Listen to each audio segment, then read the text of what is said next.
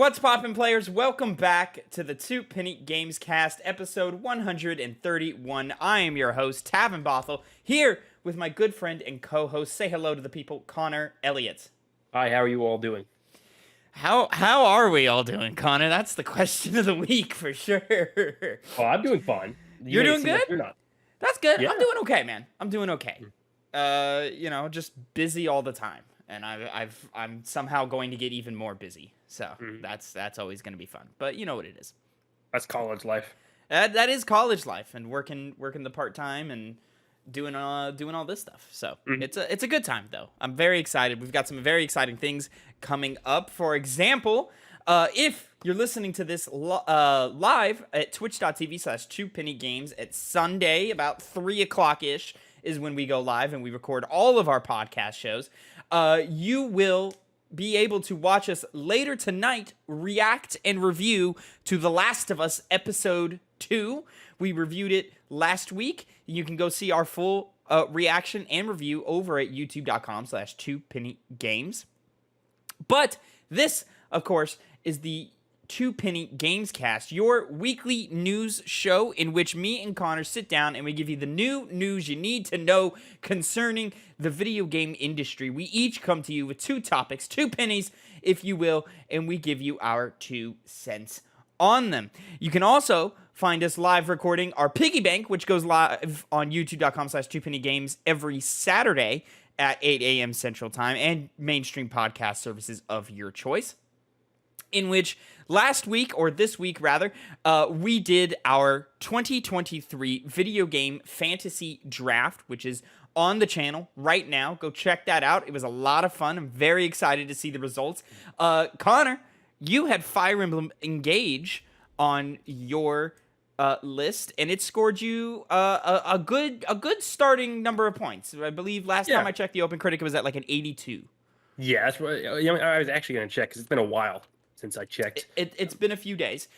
We are currently in the process of playing and reviewing Fire Emblem Engage, so check back next week for that. Now, you might be asking, longtime viewers, but Tavin, next week is supposed to be the Game Club episode, our video game book club, our monthly video game book club, in which we, over the course of the month, play a video game, come back to you, review it, and rank it amongst the other games that we've played for the book club. Surprise! We're doing that this week. I think it was last week I looked at it and I was like, hey man, that's a heavy schedule. And then literally like 20 minutes before we hit record, I was like, y'all want to do it today? And both the guys were ready, so we're doing it today. We're reviewing Hades, which will be at the end of this podcast, or you can just go to youtube.com/2pennygames. It's already broken out right there for you. Just the standalone review. Connor, what is Fire Emblem Engage sitting at on Open Critic right now? 8-3. So it's gone up a little bit. A little bit. You got yourself an extra point there. So yeah, go check out the piggy bank of our video game fantasy draft, which is on the channel right now, so you can see all of that. And then next week, come back for our Fire Emblem Engage review. Connor, should we just drop some sense on him now? It's going to be a long one, so I think it is going to be a long one. Oh, I want to say, go ahead on youtube.com/2pennygames. Give the YouTube shorts that we've been putting out this week some love. They've been underperforming. The algorithms have not been kind to us on YouTube. They're doing well for us on TikTok. Follow us on TikTok, 2pennygames. But the algorithms on YouTube, for whatever reason, have not been kind to us the last couple of weeks, honestly. So please go give the new shorts some love, one where we debate on whether or not From Software games are overrated or underrated, and there's another one that I can't remember off the top of my head, but I think it's The Last of Us underrated, overrated. I don't remember. I think so. Yeah, that sounds about right. It's a lot of content to keep straight, guys. Anyways, let's jump into our first topic of the day, and it's a heavy one and a sad one, ladies and gentlemen. Layoffs have hit the tech industry and specifically the gaming industry far and wide. So we're actually going to be pulling from a couple of sources now that it seems like the dust maybe not has settled, but at least like it seems like we're getting a break before the next headline of layoffs have happened. So we are showing layoffs from Microsoft, Amazon, Giant Bomb, and Riot Games. Is there another one other than Giant Bomb? GameSpot. GameSpot also got hit. So we're going to be jumping around to a couple of different sources. I'm going to start with Bloomberg.com. Dina Bass, quote, Microsoft Corporation and Amazon.com Incorporated, two of the world's biggest companies, begin cutting a total of 28,000 jobs on Wednesday in a post-pandemic reckoning that has left almost no tech name unscathed. The software giant began notifying some of the 10,000 workers that will lose their job this quarter, while its Seattle-based neighbor and cloud rival Amazon started sending out emails to people in the US, Canada, and Costa Rica who are among the 18,000 people whose positions will be eliminated. Both companies said the painful measures were necessary to offset slowing sales and a possible recession that has made customers more cautious. The tech industry benefited from the pandemic from a surge in demand for computers, phones, softwares, and goods ordered online, leading to a frenetic pace of hiring. Salesforce Incorporated announced earlier this month that it would cut about 10% of its workforce after acknowledging that its workforce nearly tripled in the past 4 years. And then jumping over to VGC News, which gets a little more specific about the Microsoft layoffs, confirmed to affect Bethesda and Xbox. This is from Andy Robinson. Microsoft's mass layoffs have affected its video game divisions across Xbox and Bethesda. It's been confirmed. On Wednesday, Microsoft confirmed plans to lay off approximately 4.5 of its U.S. technology giant's 222,000 workforce, around 10,000 people. The cuts arrive 1 year to the day after Microsoft announced its intention to purchase Activision Blizzard for around $69 billion. Another report from Lords of Gaming claimed that 343 had suffered a significant number of layoffs across the company, which are allegedly heaviest towards individuals working on single-player side of the studio. Journalist Jason Schreier corroborated this claim, stating that several employees indicated that it had been hit hard. Kotaku also claims to have confirmed that a number of developers at the Coalition, the Vancouver, Canada-based studio formed by Microsoft to develop the Gears of War series, are being laid off. Some former employees have already posted on social media to confirm they've been let go. Quote, gaming is impacted by the layoffs, which will likely include people on my team. Gary Walzek, principal engineer for Xbox Growth and Loyalty, tweeted on Wednesday. Before removing the message, Renee Saguko, a PR manager at Bethesda, wrote, well, it happened. Today I was laid off from Bethesda Softworks as a result of the Microsoft layoffs. So I'm now back on the market. It's been an absolute ride, and I'm looking forward to what's next. Kevin Schmidt, a senior designer on Halo Infinite, also confirmed he's been laid off, along with Jesse Stipek, 343's video producer, and Sam Longcott, who was a community manager for The Elder Scrolls Online. Xbox's Phil Spencer released a statement. This is coming from Kotaku by CC Zhang. This has been a difficult week across Microsoft, and here inside our teams, now that many of the one-to-one and team conversations have happened, I want to take a moment to reiterate the message that you heard from your leaders. This is a challenging moment in our business, and this week's actions were painful choices. The gaming leadership team had to make decisions that we felt set us up for the long-term success of our products and business, but the individual results of those decisions are real. I know that hurts. Thank you for supporting our colleagues as they process these changes. Over the coming weeks, we will have many opportunities to connect and answer your questions, including the monthly gaming update next week for teams who attend that meeting. And I am in close contact with teams at ZeniMax to provide support. The GLT and I are committed to being as transparent as we can. Moving forward with ambiguity is challenging, but I am confident that together we will get through this difficult moment in time. Xbox has a long history of success thanks to the work you do in service of players, creators, and each other. Your work is so deeply appreciated and valued in these times of change and is integral to our business momentum. I am confident in our future and proud to be a part of this team, but also conscious that this is a challenging time, and I want to thank you for everything you do here, Phil. Connor, let's take a pause right there, because that was a lot, and Microsoft got hit the biggest and the hardest this last week with 10,000 people going, Amazon laying off 18,000 people, and it seems like the gaming division of Xbox Microsoft got hit pretty hard, from Bethesda to Xbox. 343 seems to have taken the largest hit. Pretty much, taking out a good chunk of their single player side of their studio and so forth. Connor, where are you with all of this right now? Well, first of all, layoffs happen all the time. All the time. It is in many ways it's an inevitability, right? It's just the cost of running a business. Sometimes you're going to need to make cuts somewhere. Sometimes people are, in positions where, there's not really a point for them to be there, and you got to remove them from those positions. I understand that. It's at times like this when it comes to large mass layoffs where thousands of people are losing their job, where eyebrows should start being raised. The first issue being that, we know one thing about the gaming industry. It makes a ton of money. And as some of these articles pointed out, especially in the last couple of years, due to the nature of it being online and all, and this relates to the tech companies as well, they've been making even more money. And I get there's the issue of hiring too many people in this situation and then realizing after it dies down, maybe we should be keeping all these people. Or which is understandable. It's understandable, but at the same time, it's you creating an issue and then problems come from it afterwards, which shouldn't be, that shouldn't result in you just being let off the hook and saying, oh, well, certain things happen. Since you made an active decision to hire people, and now you can't hold that up over them, when you start losing money, which, that's kind of the thing you always got to question, is how much money are they actually losing from having these people in these positions? Are they really taking that big of a hit? Because we know, people on the higher end of a company, the executives, take bonuses all the time. They, almost never lose their jobs. It's always, from the bottom up. And it just creates this, it's over the years created the situation where we can't really trust that they're doing this from a good place, that this is the most reasonable thing for them to do at this time. Once again, because the games industry makes a lot of money.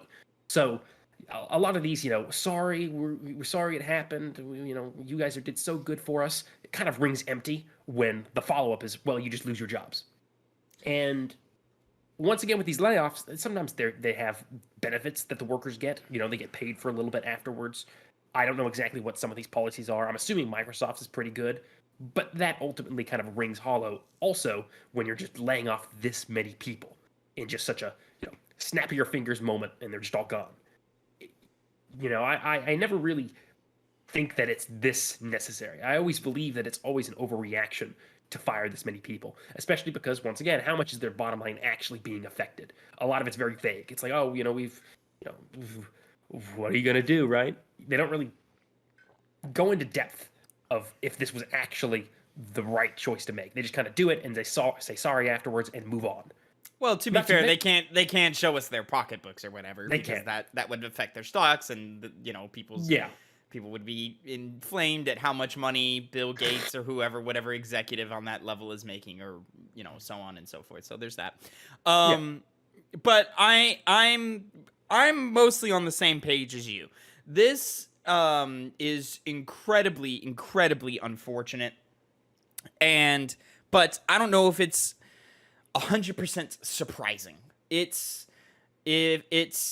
shocking to see the number and the breadth at which people are losing their jobs, and which, by the way, thoughts for everyone who did lose their job this last week. I know there's quite a few people, and we're going to dive deep into some other outlets that had lost a lot of people this last week, but Xbox being, or Microsoft being, one of the bigger ones. Overall, I see this as pretty much just a failure of leadership on this scale. You can talk pandemic numbers all you want, and it's clear to me that industry-wide, tech industry, games industry, the pandemic had a huge effect in which we did all this mass hiring, and then things calmed down and went back to normal. So we had to let some people go, and that's unfortunate. But, sort of necessary. But when you look at this number of 10,000 people, and each of them have families, you assume, that's hundreds of thousands of people affected by this. To which you have to sit back, scratch your head, and go, well, where did this happen? What happened here? And it all comes down to just the specific companies that each person works with. I'm going to take 343 as our lead example here. I don't think it's a secret that Halo Infinite started strong but quickly faded away, and lots of questions started happening as to where's the content, what's going on here.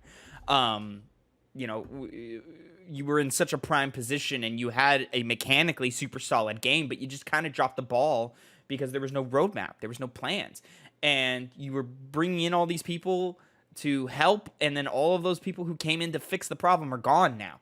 And not just through the mass layoffs, like there's a bunch of leadership positions that just left over the last year, if you've been paying attention. And now we see this mass exodus on the single player side of 343 and Halo, and you just have to throw up your hands and go, what happened? Where did we go wrong? What was the problem here? And Halo Infinite, I think, has been cursed from the beginning. When we first started this show, we talked about Halo Infinite's gameplay reveal and how the internet didn't respond too kindly to it. We were a little nicer to it, but overall, the internet was not, hyped about that. And it led to a full year delay of Halo Infinite. And then when Halo Infinite finally came around, we all sat back and said, yo, this is great, but you should have delayed it another year. Because it was missing things like co-op campaign, because it was missing things like Forge, because it was missing things like theater mode. It was great that the multiplayer was free to play, and I think that helped the player base a lot in those early days. But when no content was following it, clearly that's a problem. And I think there's no other way to put it other than leadership failed us here. Failed. Most importantly, failed the employees, failed the workers who were just doing what they were told to do, and were hopefully doing the best job that they could do. It's a competitive industry, so I imagine everyone was working their hardest to make it work. And Halo's been around so long that the people making it are the people who played it back in the day, and they know Halo better than anybody. And I'll say it, Halo Infinite is one of the best Halo games to ever hit the market. And it's not because developers were lazy, or developers didn't know what they were doing, or developers dropped the ball. Clearly, they knew what they were doing. Clearly, they put out the best product they could. So now you have to look at, well, what's the real problem? And it's got to be leadership. Like, it was just a mess from the beginning. And it's just unfortunate that it led to this, with thousands of people being affected in this way. Mm-hmm. And then you kind of have to scratch your head and look at Xbox as a whole and go, all right, $69 billion, huh? What's going on with that money? You just let all these people go who were in your house for years, and then now you want to invite more people in for a big price tag that probably could have paid quite a few fucking salaries. Is it worth it? I don't know. And I just got to interject here to use an article from The Gamer here. Microsoft CEO enjoyed 10% pay raise just before layoffs. Specifically, it was what was it about? He stayed on a salary of $2.5 million, but also earned an additional $54.95 million through bonuses. There was a 10% increase in his pay from 2021. The same can be said for the rest of Microsoft's higher-ups, with CFO Amy Hood making more than $26 million in 2022, and Vice Chair and President Bradford Smith taking home over $23 million. Every executive would get at least $11 million. Compare this with the CEO of Nintendo a couple years back and their executives, the CEO in particular took a 50% pay cut in response to the company not doing as well. So when the first story that you hear is mass layoffs of thousands of workers, and not hearing about this first, it makes you think, okay, what are they actually, it brings into that question, are they actually doing what they need to do to make sure that these workers stay on? And then this is just we have no other options, we've done everything we can, this is unfortunately the next step. With headlines like this, and headlines of, Nintendo doing that pay cuts to their executives, it really makes you think, you guys could have done more. I think you're just, doing the thing that saves you the most money and saves your company the most money, and screws over the people that, do the legwork, but aren't in that high position to be making these kinds of decisions. And so they're the first to get axed. I think that's a continuous problem that we always see with these layoffs at these companies. Generally, those higher-ups are making pretty good money. And so it kind of, goes to show that the job cuts aren't very justifiable, in my eyes at least. I think reasonably as well. What are we caring about, the dollar or the person? Mm-hmm. Dollar, it sounds like. it just hurts to see all of these people affected, and those in power, those leading these people, chilling, more than chilling, like living in excess. But Yep. to move on and to start kind of closing out this story here, I also want to talk about layoffs that hit GameSpot and Giant Bomb this week, just months after Fandom buys them. I believe we covered it on this show when Fandom bought them. Ethan Gach over at Kotaku. Two of the biggest outlets in gaming media are the latest to face layoffs. A number of editorial staff across both Giant Bomb and GameSpot revealed they'd be let go on Thursday, just months after the sites were purchased by the Fandom Wiki network. The layoffs were announced during a surprise all-hands meeting with Fandom CEO Perkins Miller. According to the two sources familiar with this event, roughly 40 to 50 employees were affected across the company, with at least some managers caught completely off guard by the cuts to their teams. Miller told staff that the Fandom network remained profitable despite the cuts, but declined to answer any questions, sources said. And then Riot Games layoffs 46 as wave of games industry job cuts continues. This is from Rebecca Valentine over at IGN. Riot Games has laid off 46 employees amidst an ongoing wave of industry mass layoffs. The League of Legends developer confirmed to journalist Jacob Wolf that it had eliminated the positions which were largely concentrated in the company's talent acquisition, recruiting, and publishing departments, as well as a few roles in esports and support. Riot employs roughly 4,500 people globally. So, again, thoughts and wishes to those who are affected by this. It sucks. To focus on the Giant Bomb and the GameSpot, games journalism is constantly facing and fighting layoffs across the board. It's mostly just because the conversation we already had, where a lot of the money just sits in the pockets of a couple of people, and it doesn't get spread around like it should, and it's just unfortunate. And games journalism is a little bit of a wilder beast because you're asking people to care about you and your words, and about there's so many layers to it of people need to step in and care. So I kind of understand it, but it's still unfortunate. It still shouldn't be happening as much as it does.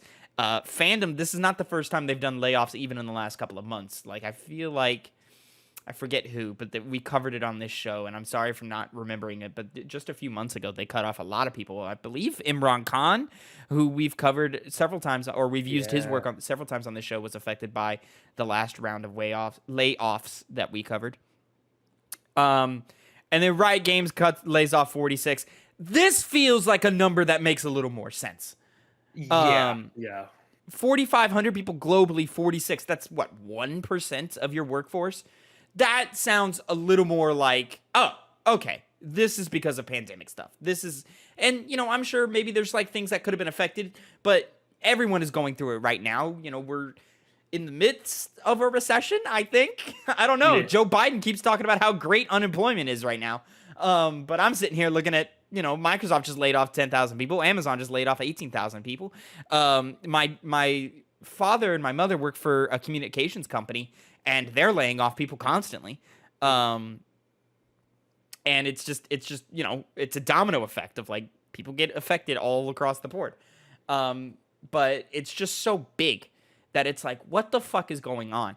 46 out of 4,500 sounds a little more reasonable. Still sucks. Still sorry to those who got caught in the crossfire here. But is my math right? That's about 1% of the company. You're not asking the right person here. Okay, great. 45. I guess so. Because 10% would be 450 people. Yeah, so that's 1%, right? And it's either 1% or 0.5%. I'm sorry, I'm a fucking actor, guys. I'm doing my best here. Anyways, so it's unfortunate. I hope everyone comes out of it and lands on their feet in some way or another. But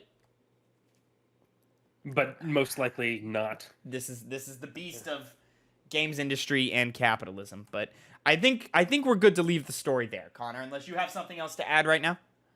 I mean, I guess I do have more understanding for the games journalist side of things, but once again, because it's hard to make money in news media, because it's not like video games. It's not like, clothing lines. You can't just, there's very rarely anything to buy. And usually it comes in the form of subscriptions, which unfortunately are constantly failing because people don't really have an interest in, paying for a, newspaper subscription anymore. They just want to be able to look these things up for free, as we generally tend to do as well. It's kind of just an extra cost that, with all the other things like streaming services and products that people should buy and paying bills, it's kind of one of those things people don't really think of doing that much, especially when a lot of these outlets cost a pretty penny sometimes to subscribe to it, or way more than most people would find reasonable.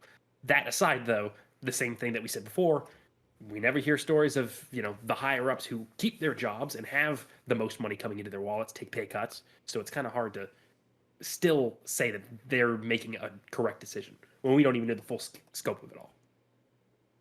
And listen, I understand the ones and maybe even the need of leadership positions needing more for or being given a bigger piece of the pie than like the average worker. That kind of makes sense to me. If you're in charge, you should probably be making more. But it's just the fact that, like, are you doing everything in your power as a leader to ensure the best outcome for your people? Are we? I don't know. It doesn't feel like it. Yeah, I think the reasonable answer is no, from everything that we understand. And I think generally, people, the general consensus is that that is the case as well. Most people seem to be upset at these companies for laying off these workers in the way that they did, and probably would really like to see more headlines of them taking pay cuts before things like this. Or if it's just alongside of, if the message was, hey, we had to lay off 5,000 people, but everyone cut a quarter of their paychecks in half in order so that it wasn't 10,000 people. That reads better. Like, that reads better. Like, and if you're holding that information back, if it wasn't going to be 10,000, if it was going to be 15 or 20, then tell us that, hey, but we took cuts here too. Like, we're trying. It just doesn't feel like if sacrifices need to be made, it gets made on the front line. And maybe there's an argument that it needs to happen on the front line, but I would say, what are you doing in order to make sure everybody is being okay? You know what I'm saying? So I don't know. It's complicated, but at the same time, take the effort to take care of your people. Right. Moving on to our second topic of the day. Connor, this is going to be your first penny. The first topic was my first penny. I wish it was a little lighter, but we're still heavy out here. Ubisoft Paris employees are going on strike to protest CEO's catastrophic comments. The union representing studio workers, this is from Andy Chalk over at PC Gamer. The union representing studio workers says Yves Guillemot is trying to blame employees for his own failures. We covered this last week, I believe, with Ubisoft, Yves Guillemot saying the onus is on them to right the wrongs of the ship or whatever. Ubisoft announced last week that it is not having a good 2023 so far. Skull and Bones was delayed again, but more seriously, the company's inability to release games that anyone cares about has caused serious financial bleeding. Now Ubisoft is facing even more headaches as the I think this is a French. Yeah, this is a French union. So Solidaires Informatique Union. Sorry, I just wasn't ready for the French words. I should have been because we're talking Paris, but here we are. Ubisoft Union has called for a strike at Ubisoft Paris on January 27th. A strike might seem like an odd response to being told the company is in trouble outside of France, at least. It arises from statements made by Ubisoft CEO Yves Guillemot, who said in last week's update that the company is looking to cut 200 million euros, about $215 million in expenses over the next 2 years through targeted restructuring, divesting some non-core assets, and usual natural attrition. And then in the follow-up email, Ubisoft employees reported by Kotaku, Guillemot told workers that they need their full energy and commitment to ensure that we get back on the path of success. We covered that last week. Those words attracted the ire of the Solidaires Informatique, which called Guillemot's comments catastrophic and accused the CEO of planning staff reductions, discrete studio closures, salary cuts, and disguised layoffs. On several on several occasions, Mr. Guimont is trying to shift the blame once again onto the employees. He expects us to be mobilized, to give it our all, to be as efficient and lean as possible, the union wrote in its strike call. Quote, these words mean something. Overtime, managerial pressure, burnout, etc. Mr. Guimont asks a lot from his employees, but without any compensation.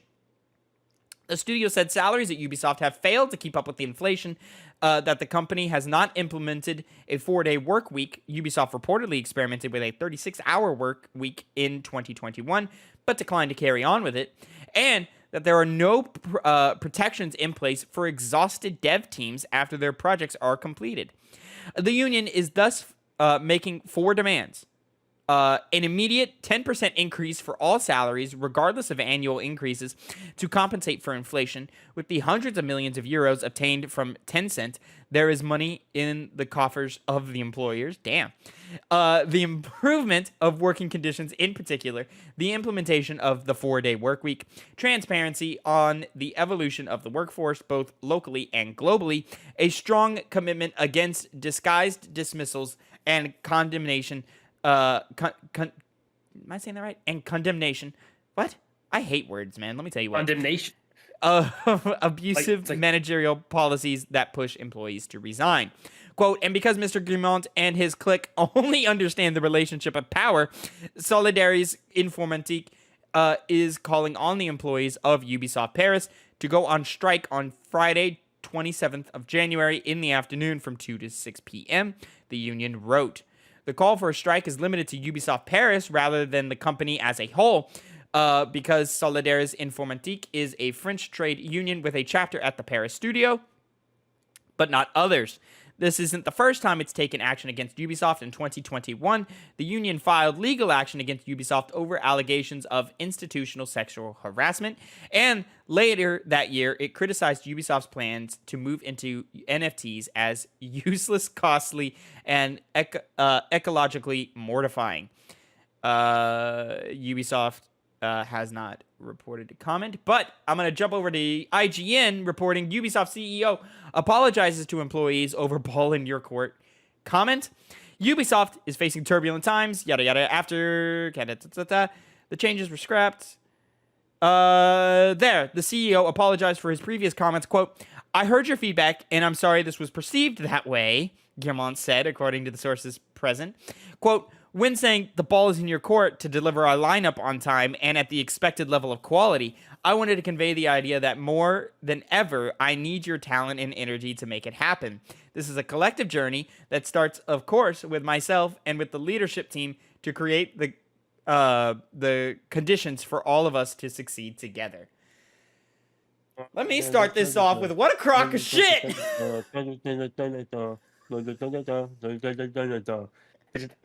Useless words. It's dribble, is what it is. At this guy, why is he just still there?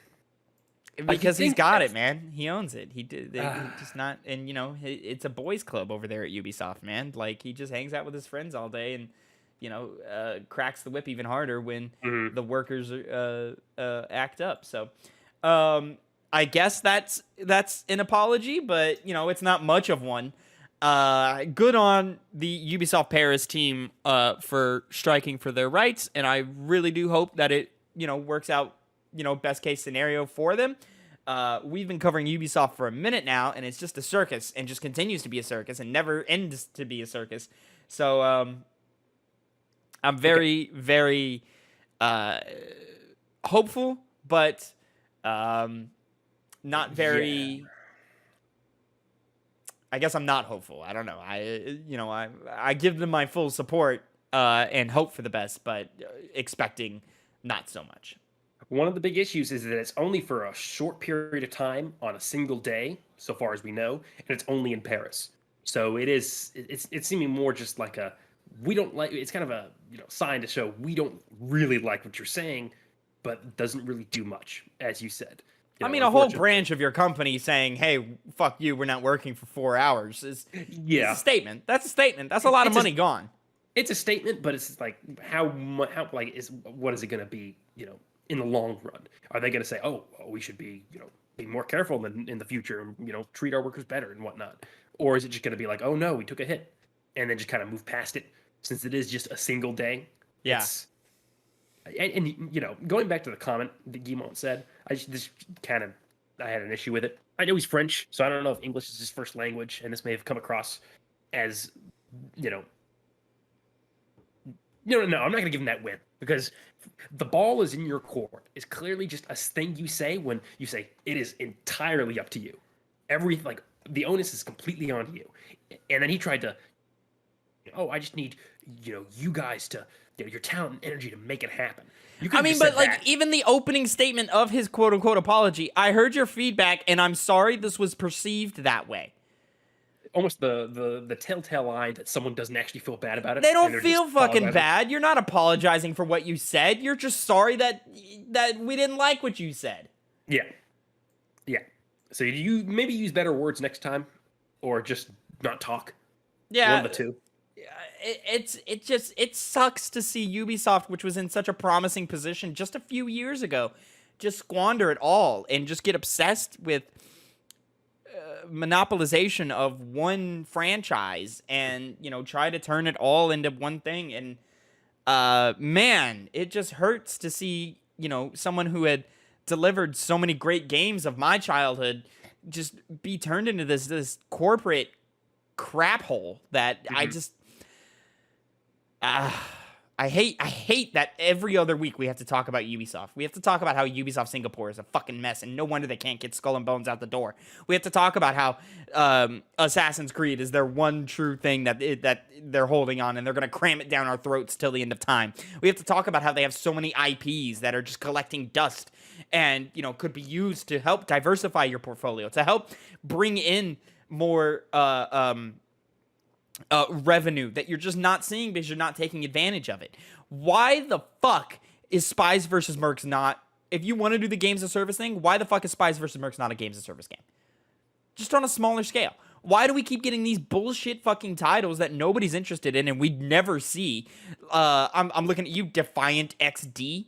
When the fuck was the last time we got an update on that game? Is it still coming out? I don't know. Yeah. There was a headline, I think it was last week or the week before, that Beyond Good and Evil 2 is still in production. I don't fucking believe you. Like, who's working on it? 5 people? Oh, this game. Defiant XD? Yeah. X-Defiant. Oh, is that what it is? Right. I knew Come the on, XD Tavin. was in there somewhere. Come on, Tavin. You just need to be on top of it more. It's pathetic, and it's as we were talking about earlier, it's just a complete drop the ball of leadership. It's a failure on leadership, and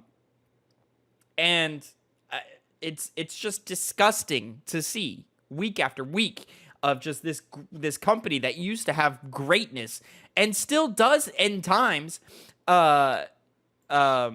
just continue to let us down, man. Yeah, I'm not expecting any change of events in that regard.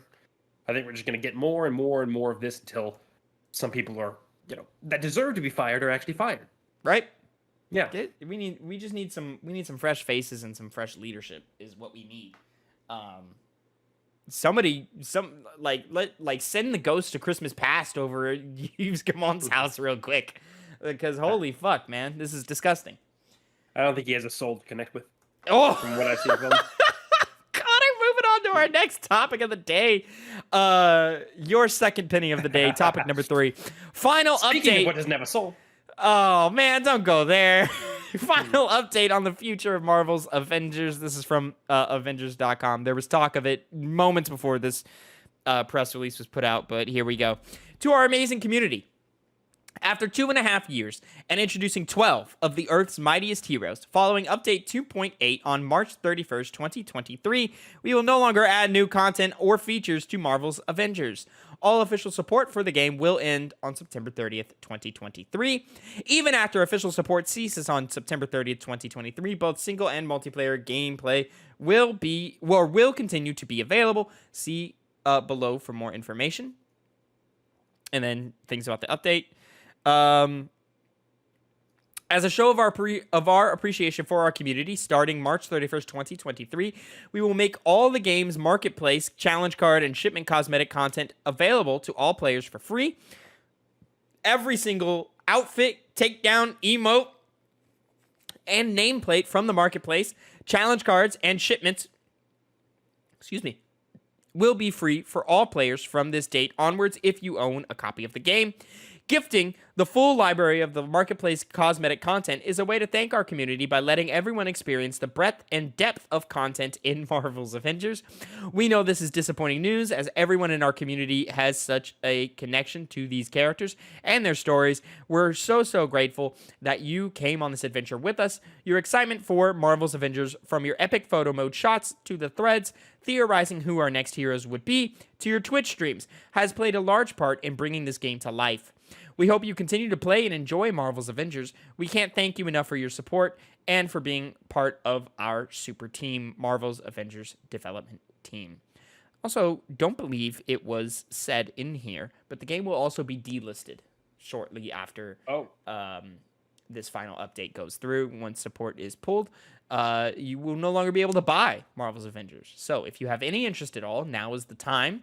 I'm sure the servers will still be up. It's just that, you can't buy anything in it. And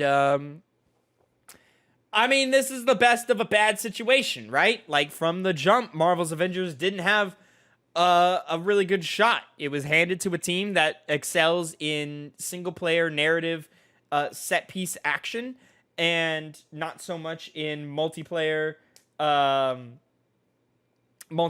games of service models. And the game showed that. It was a tale of two games from beginning to end, where there were moments in that campaign where it so desperately wanted to be Uncharted. It so desperately wanted to be Tomb Raider.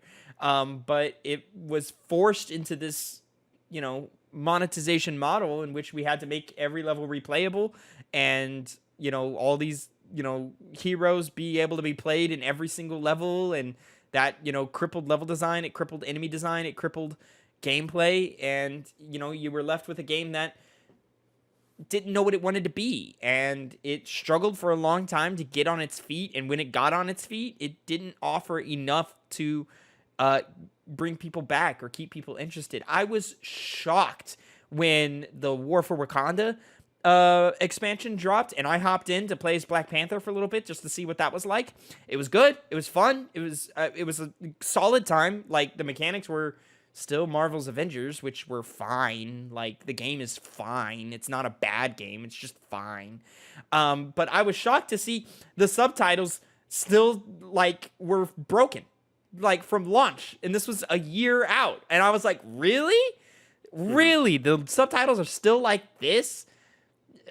It was for new content too. Like, you did it for new content as well as, like, not just the old. So I was shocked to see that. But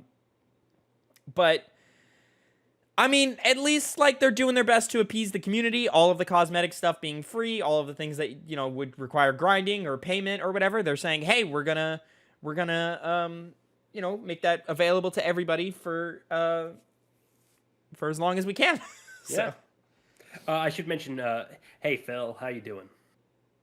He's just sitting in the chat. He can't be seen. Yeah. He's not being seen. You don't need to bring attention to him. No. See, that's why I was going to ask him if Should you I could. say it? I mean, I'm muted. I was muted, but what's up? Oh, I was going to ask you to leave solely because it's messing up my thing, Oh, okay. my recording. I'm sorry to kick you out, Phil. Is it? I don't want to do. Oh, because of yeah. it would mess. Yeah, it would mess with that. Yeah. Okay, interesting. Sorry, Phil. Sorry, Phil. I'll buy you a shake next time. Oh, dude, a milkshake sounds so fucking good right now. But yeah, I mean, this sucks. It's just a fail. He commented in the chat. It's just a failure of leadership, and everybody rushing to get the new hotness that is games of service, that is ongoing live services. And you would think something like the pitch of, hey, we have the Avengers. You get to play as your favorite hero and, go out and do missions with your friends and so forth. And we have different cosmetics and different mission setups and, events. Like, it just kind of, the comic book setup just kind of automatically plays into that. And unfortunately, it doesn't look like that's going to work this time around. It looks like it didn't work this time around, rather. It did not. Maybe next time when they actually have a focus. Because My only really thing I need to add is it's pretty self-explanatory. Game didn't do that well. It's failing. But as you said before, they wanted to make a single-player game. If we're going to continue the theme of this episode of the show, it was upper management that were the ones who really wanted that live service game, which, from all accounts, seemed like it kind of killed it. So if you want to blame someone for how this game ended up, I think you have an easy target. Very easy. Yeah. I've got nothing else to say. Like, Yeah. I mean, other than like now eyes get drawn to Suicide Squad, which, a screenshot of that leaked showing that there's a battle pass in that game, and everyone was like, "Oh my god, it's true!" And I was like, guys, I thought they were very open and honest that this was going to be a games of service game, talking about Suicide Squad killed the Justice League, and I don't know, I have more faith because hopefully, ideally, that Rocksteady has been planning for this a little more than Square Enix at the time was planning for Avengers. Eidos Montreal, that's who developed Montreal. Did it say? Nope, Crystal Dynamics. I knew that. Come on now, son. Anyways, I assume Rocksteady, is going to come out with a better game. It's just a matter of does it work, and has the idea of games as service plus superhero, has that well been poisoned? I don't think it has been, but I also don't think Suicide Squad killed the Justice League is a good, I don't think that's going to work. So we're going to see. I think we're going to come out with a better game than Avengers was, but still not going to catch the world on fire in any ways. Yeah. So now, Connor, I mean, that's the end of the two major games of service games that came out and flopped. Well, I guess Fallout 76 is still kicking around. But Anthem and Avengers. Anthem and Avengers, rest in peace. I really thought Fallout 76 would have died before Anthem. So did I cannot believe. I mean, they're committed to it, so at least they're committed, and it seems like they've turned that around a little bit. Fun for enough people. Fun for enough people. Free for PlayStation Plus this month, which is cool for whoever wants that, I guess. I'm cool. I don't like Fallout enough to care about that. I got more stuff to do. Same, Yeah. I've got to finish my replay of Final Fantasy VII Remake. Almost done with that, I bet. Huh? Almost done with that, I bet. I think. We're getting there. No? We're getting there. We're about to go charge Shenmue HQ, but I'm Nice. I'm cleaning up side quests first. There's a lot of side quests in that game. Yeah, there is. Some would say too many. No, there's no such thing. Connor, moving on to our final topic of the day before we get into our Hades review. What time is it? Gotta take my time code. Final topic of the day, one that kind of shocked me, and this will be my final topic as well. Perfect Dark had a bumpy road, will release at least 1 year after Tomb Raider, says Insider. This is from Alicio Palumbo over at WCCFtech.com. Developer Crystal Dynamics is currently in charge of making 2 games based on some of the most badass female protagonists in the industry, Joanna Dark's Perfect Dark and Lara Croft's Tomb Raider. The latter franchise has, of course, been handled by Crystal Dynamics, except for the Shadow of the Tomb Raider, whose development was led by Eidos Montreal, because Crystal Dynamics was busy with Marvel's Avengers. Guess what they're not busy with anymore. Ever since 2006... okay. However... the following year, we learned that Microsoft and the initiative sought help from Crystal Dynamics since the San Francisco studio was very successful with its most recent Tomb Raider reboot. Head of the Xbox Game Studios, Matt Booty, plainly said the availability of Crystal Dynamics for the Perfect Dark project was too good of a resource to be passed on. Unfortunately, the development of the Perfect Dark reboot encountered some troubles on the way. Insider Miller Ross, who correctly anticipated that Crystal Dynamics was about to halt any further development on Marvel's Avengers, shared some tidbits on Reset Era board. Quote, Tomb Raider is full steam ahead. Perfect Dark, I've heard, has hit a road bump or 2. You'll see the former before the latter. I would indeed expect at least a year between them. The next Tomb Raider game is apparently coming along much faster, despite the engine switch announced by Crystal Dynamics in April 2022. Quote, Tomb Raider has actually been in development for a lot longer than people know, though it did restart when they shifted from Foundation to Unreal Engine 5. It's been in the cards for a while now. Given that Tomb Raider isn't likely to release before 2024, Perfect Dark may not be in the cards until 2025, roughly 5 years after its announcement. As a reminder, Crystal Dynamics was sold to the Embracer Group alongside Eidos Montreal for $300 million. The next Tomb Raider game will be published by Amazon Games, though, as revealed last month.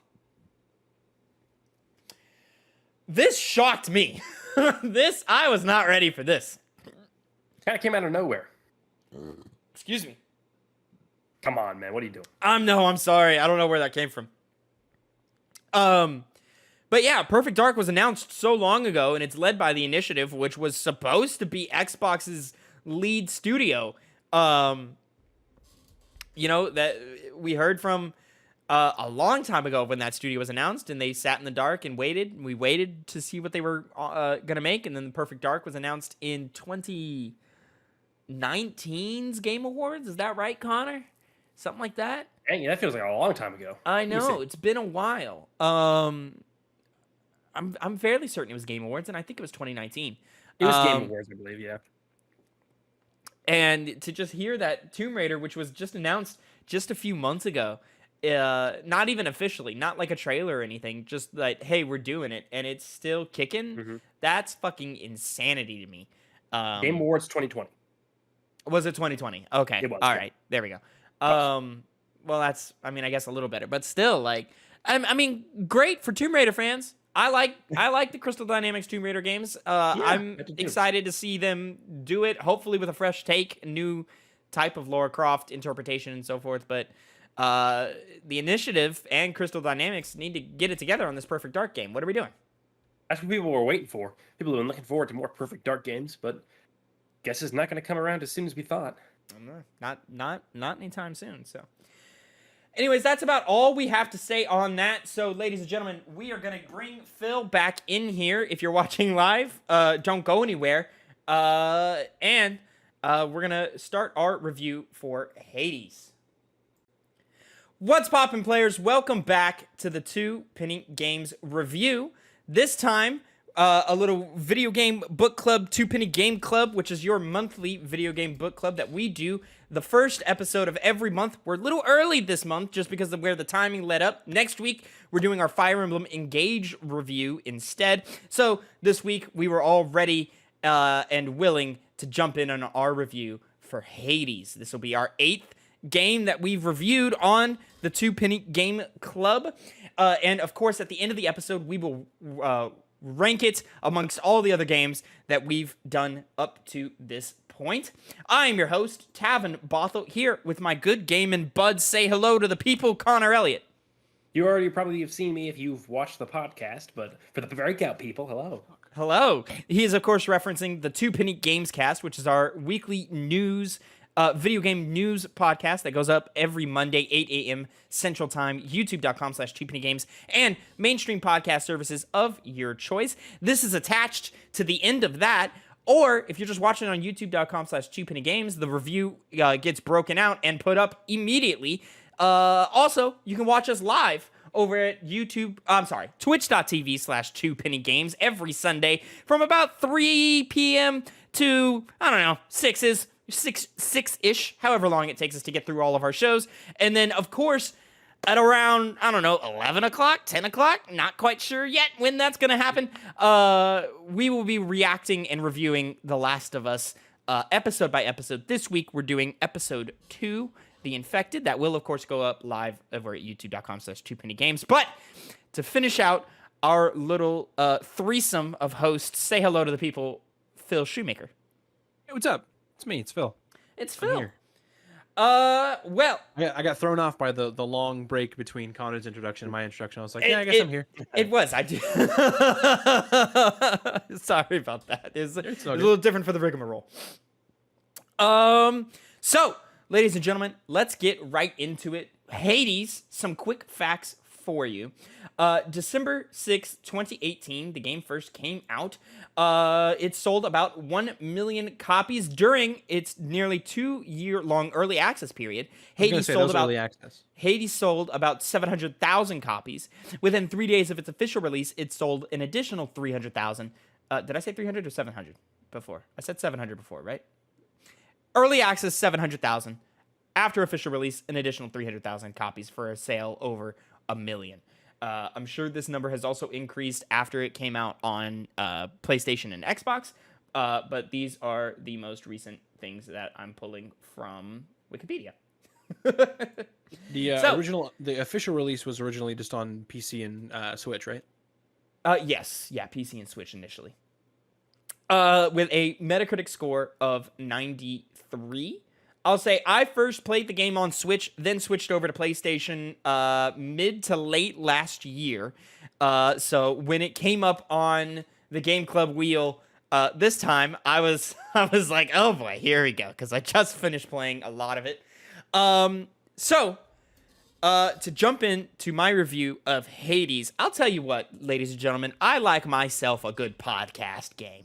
A game that you can play, not fully pay attention to, and just have a podcast or music or something just playing in the background, having that multiple stimuli hitting me at all times. And Hades fits that perfectly. Hades is the type of game where you can invest just as much attention to it as you want. You can pay attention to its story, its characters, its writing, its music, its narrative, all you want, or just kind of, tune that out, put on a podcast, and just vibe out and kill some demons in the different levels of the underworld. I've always felt that Hades has a great cast, great voice acting, great music, and overall just fantastic systems. I don't think its combat is the best in the world, but it's more than serviceable, and definitely entertaining, and definitely more often than not, you feel like, that was my fault. I screwed up when you die and you get sent back to the beginning. Hades, of course, being a roguelite game, one that kind of popularized the genre on a mainstream level in recent years, and led us to getting, other great roguelites such as Returnal, which was my game of the year 21? And yeah, Hades was really high up there when it came out in 2018. What did I say? 2018. That was when it was early access. It was originally released, officially released in 2020. Oh, okay, my fault. 2020. 2020. I just grabbed the first date I saw. Yeah, it released on Nintendo Switch in September of 2020, which sounds better for my memory of things. So I apologize for that misunderstanding. So it ranked very high in my 2020 list. You can go check our top 10 lists for that year out. I was before I was allowed to play it, but it was my game of the year. So allowed to play it.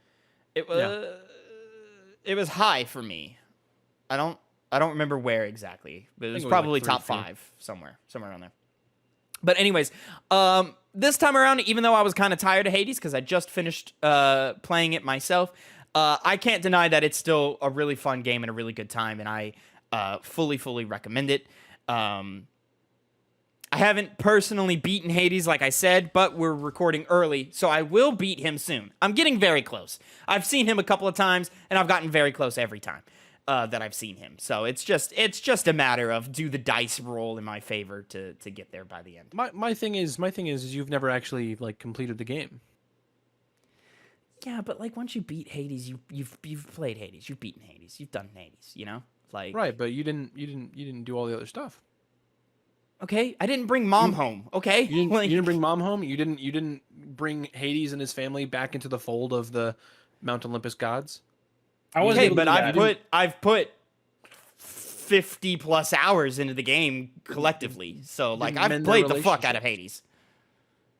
And you never got back. Did you romance Megara or Thanatos or even Dusa? I was always planning to. I was just never got around to it. But I've beaten Hades across all 3 or all 2 playthroughs. I've beaten him easily a dozen times, split between the 2, 5 to 7 each. So I've played the fuck out of Hades. I know Hades, Okay. And this is my thing with the game also is put in as much investment as you want. That's not the point of it. The point of it is to play around with the systems and the mechanics and the roguelite things. All of the story and the relationship stuff is secondary to that. What heat level did you get to on the Pact of Punishment? Do you know? I couldn't tell you. I think on my PlayStation I'm sitting around 3. On Switch, maybe 5, 4 or 5, somewhere around there. I To don't know. get the platinum, you have to get like heat level 10 or something like that. Yeah, no, I've gotten nowhere near that, but you know, I haven't. Platinum? I put most of my time on Switch. Still, like PlayStation is still working its way Oh. there. It is on PlayStation. Yeah. Yeah, It's always- Connor. it's in my mind so much as a Nintendo Switch title because Yeah. it's just the best way to play it. That's where I first got it. Yeah, yeah. Well, it's Does it's that. all yeah, and it's just a great pick up and play thing. But we're getting into the weeds here. Connor, go ahead, give me your review of Hades. Well, as the man in this chant that beat it in the most efficient time at a run of 8, I loved this game. How the fuck did you do that, by the way? That's I'm what's just crazy to I'm me. just so good, I guess. Oh, I am a sword user, by the way, because the sword is the best weapon in the game, objectively. Though this, overall, it's a fantastic game. It's one of my favorite games that I've played in recent years. It is able to have, I love the combat system, though it is very simplistic. The breadth that it gives you with all of the weapons you have access to and the way that you can unlock more of them just makes it to where the gameplay loop is just constantly feeding me a source of fun. I'm in love with the dialogue of this game, the character design, the art in general of it. The story itself has always made me play more and more of the game. I unfortunately haven't done the ultimate ending, which I would argue is, resolving the central conflict of the game, which I won't go too far into right now. But, well, I'll just say it. Between Hades and the Olympian gods. I tried to beat it in this new playthrough, but unfortunately I had other things to do. So once I beat Hades, I kind of lost track of time, and now here we are. But there's a reason why it's so popular. It's because it has such easy to play gameplay for people that maybe not play video games all that much. They're able to jump in and have a relatively easy time with it, but it also introduces enough difficulty so more challenged gamers can have fun with it, trying to make it as difficult as possible with things like the Pact of Punishment, which once again just feeds back into a gameplay loop that seemingly never ends because it's years after it's been out and I'm still playing it even now. And every single time I open up that game, which I can do very easily on my Switch, I play it for as long as I see fit, which could be up to 3 hours, 4 hours, even though I've already put hours and hours into this game before that. It's amazing. It's a masterpiece, I would argue. Phil. Yeah, y'all have kind of hit the nail on the head already. So I platinumed this game back in September of last year. But no, you guys already said fucking music, the art design in this game is phenomenal. It got me into the roguelike genre of this game in general. Like it straight up just threw me back into the roguelikes, made me want to go back and play like Dead Cells and other stuff that Supergiant made. Like I want to get into Bastion and Transistor. Those both look fun. So how I feel about this game is it's the perfect like pick up, just like Tavin said earlier, pick up, throw on a podcast, kill some time. It's so fun doing it. Those are like my bread and butter type of games where you don't have to put full focus on it. That's probably why I like Kingdom Hearts so much. Kingdom Hearts is better the less attention you pay it. Man. But yeah, they're. I mean, whenever I beat Hades, it actually really bothers me that I could not, as what I would consider myself the Hades guy, having been the one to platinum it and gotten the full ending and all of that, and I think I've experienced the most of this game out of all of us. And I was genuinely annoyed when I could not beat it at either the same amount or less. Because I did that on stream and I wasn't able to beat it, unfortunately. But I concede that Connor was able to best me in that. I beat Hades on I think it was my 15th attempt, because I kind of was like, as soon as I couldn't beat the 8, I was like, okay, I'm just gonna take my time, upgrade more, do whatever. Was it 15? I thought you had done it a lot faster than that.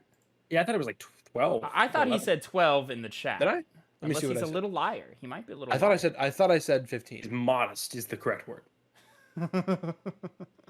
I'm in run 15 now, I think. Attempt 15. I said all right, beat Hades. Attempt 15, just in time for Fire Emblem. Oh, really? Yes. Oh, okay. Yeah, I'm in attempt 15, somewhere around there. I thought you had done 13, so I was really disheartened when I didn't do it on the 13th. Mhm. But, I think I'm still past. I think you've still beaten me, but I'm still around there. Yeah. God, what a game! Phenomenal. Yeah. It was like I said earlier, it was my game of the year for 2020. So. Thank you, Tavin, for introducing me to this game because we were at the Airbnb doing our thing, having That's fun, right. and you pulled it up one day, and I was like, oh, I want to give it a try. Yeah, and I got 2 Hades my first time. Well, yeah, but you were playing on my profile. No, I'm saying, but it was my first experience with the game, and I got all the way to the final boss, and I did not know that he had a second phase. And I was very surprised. I think I told you, didn't I? No, you did not tell me. Oh, okay. I left that piece of information out. Yeah, yeah. I just think this game is amazing. Like, I really do think it's fantastic. Any game where the systems build on each other so well is just like an instant satisfaction for me, especially because like it feels good. Like, game feel is really important to me, and I think Hades nails their game feel of how it feels to move around the map, zip around with your dodges, and just run around and your attacks and so forth. Oh, I do want to add real quick, Connor, the sword is fantastic. Not the best weapon in the game. The best weapon in the game is the adamant rail. The gun. You know, I wish I could have, and that's the one I mastered the second least, next to the bow. It is the best. I was actually bummed out that I couldn't. It was like I beat Hades in this run before I actually had the chance to use the rail. You know, yeah, my favorite is a tie between the spear and the bow. You know what? I sword's still the best, but I found a new second best weapon for me. It almost carried me all the way to the end, and that's the twin fists. Surprisingly. Oh yeah, the fists are good. That was my favorite before. That was my favorite before I was enlightened by the power of the rail. Yeah, I like the shield a lot, specifically when you get like the upgraded level of it, where you throw Zeus it and it like does the slow throw. Yeah, that's the and Zeus just one. Yeah, the AOE effects and so forth. You put some Athena on some Athena's deflect on that, and you just sit in it and just fucking bash motherfuckers around. Oh, you know what's better? If you put Ares on that, because then they get stacked with the despair over and over and over and over. Ooh, that's a good point. one. Yeah. I found in this playthrough, a really big appreciation for Dionysus this time around. He's always been great. I've always liked him, but like this time around, whatever, he's just really been speaking to me. Artemis has always and probably always will be my favorite of the different sets of boons and so forth. Just critical rates, man. Get those criticals up, damage up, extra bonus damage, like type stuff. I love like the combination of like if you get like a good pull for the any damage has a chance for critical, and then get the little arrows that come out with every hit and so forth. That in combination with every critical hit marks another target, so then you just start bouncing from target to target to target, and circling critical hits again and again and again. You'll clear maps like that. Like that's like the most satisfying thing to me. I just can't get into I can't get into the sword, and I can't get into the adamant rail really at all. And the sword I've had more luck with in recent plays, but like the rail just does not work for me. And it's just because of how slow it makes Zagreus. I say this, but I like the bow. But I think it's just the addition of like, and I know there's things you can do to take care of this, but the addition of like having to reload the gun and the special attack, I don't like the special attack, and yeah, the rail has just never worked for me in a game flow sense. It always would be one that I loved until the end, when it seemed like it faltered on the last mission and Hades boss fight. But I have endurance with Phil. It is a good weapon ultimately. What I'm gonna say is, my adamant rail is my favorite, but there's conditions on that. I have to have the adamant rail, and I have to get the hammer upgrade, which changes the special to a rocket. Okay, yeah. See, and I haven't even played enough to even know any of the upgrades for it and so forth, which is on me. So there's 2 upgrades that make the adamant rail just fucking broken. You get it's 2 hammer upgrades. So you get 1 hammer upgrade that changes it to a rocket, and then you get the other hammer upgrade, which changes the amount of specials that get thrown out. Yeah. So it's like 5 or 6 rockets all coming out at once, and they all have the same amount of damage, base damage, because it uses the split that comes from the split bombs. And it applies that before the rocket's base damage is set to 50. So it's just straight up, it's base damage 50 damage rockets all coming out at once, and it's fucking phenomenal. And I will say, I don't think there's a single bad weapon. There's just weapons that work for you and weapons that don't. No, not at all. But like all of them work. I think the one that works for me the least probably the bow. Yeah. It's not bad by any means. That's actually what I actually beat Hades in this run with the bow for the first time. So, or not, well, I beat him with the bow before, but he was the one that I beat my this review run with. Yeah, I love the spear. The spear is really my thing. I think the spear probably is my favorite weapon. It's just I also like the bow and so forth. But yeah, that spear, man. You know, with the triple jab, and then if you get it to where it splits into threes, and then just stack damages on top of that, like you're hitting everything, and it's awesome. I found out I've never done. I usually only do Athena's reflect on things like your dash. Or maybe your special, depending on specific weapons. I talked about the shield throw that, like, you know, stays in the area for a little while. Sometimes I'll put it on my cast, and I find success with the cast. This time, for the first time, I put it on my attack with the spear, and fucking made me goddamn nearly invincible. Like, I was kicking ass with that, and I was really surprised to know that. And I just love that I'm all of these hours deep on my third playthrough, and I'm still finding new configurations. And it's still early. Like, I haven't even unlocked the ability to get upgrades on my weapons yet. And get different variations of my weapons, which, like, kind of kills the replayability for me, even though the game is inherently replayable. But, like, starting from zero again and again, I actually find very frustrating. Because it's one of those types of games that, like, slowly gives you its systems over time. So, like, the game isn't really showing you everything it has, and the mechanics aren't singing the way that I know they can until you're in, like, run 10. That is true. Because you have the double dash, or you have your death defiances, and you have the ability to upgrade your weapons, which I'm 15 runs in and I still can't upgrade my weapons. Just give me the better variations of the weapons that I like already, for Christ's sake. Which was the funny thing for me, because I made it on my 8th playthrough. I still had so much things not unlocked yet. So I was just like kind of caught in the middle of, like, I was just gonna ask Connor, did you, like, just mainline keys to try to unlock as many different powers in the mirror as possible, or like? No, I actually didn't really. I just kind of stopped after that and just started doing the weapons. Prioritized that. I only unlocked one other set of abilities on the mirror, and then that was it. Okay. Other than that, this motherfucker got lucky as a bitch. Oh, I'm just so good, Tavin. You have to understand. With the sword, by the way. We were talking about builds earlier. Did you use Curse Slash? Is that the health one? Yes, that's the one where it'll decrease it cuts your health in like a certain factor, but then you heal on every slash. Best upgrade. You know about it too, Tavin. That's I did it on this. I've done it before, but I did it on this playthrough, and I made it all the way to Hades. With that, because I think it was like a thing where, like, it was the first thing I got, where you just walked in the hammer upgrade, which was there, which affects the, like, actual, like, mechanics of your weapon. And like Phil said, the Curse Slash, it cuts your health down to like 40% of its total or something like that. So you're losing like 60%. Yeah.